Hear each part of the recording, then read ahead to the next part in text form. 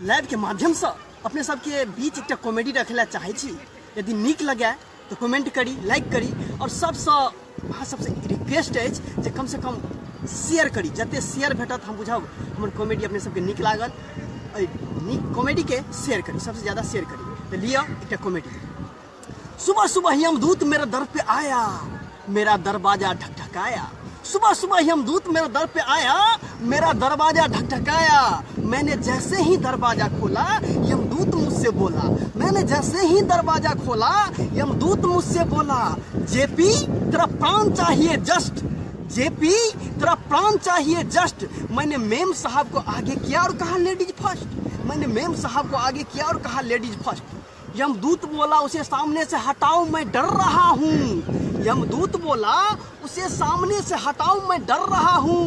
मैंने कहा यमदूत मेरे बाप पिछले 5 साल से इसी खतरनाक आइटम के साथ गुजारा कर रहा हूँ। मैंने कहा यमदूत मेरे बाप पिछले 5 साल से इसी खतरनाक आइटम के साथ गुजारा कर रहा हूँ। यमदूत बोला जिस तरह गुजारा करते आया है आगे भी कर, और तुझे मारने की क्या जरूरत, तू इसी के साथ मर, तू इसी के साथ मर।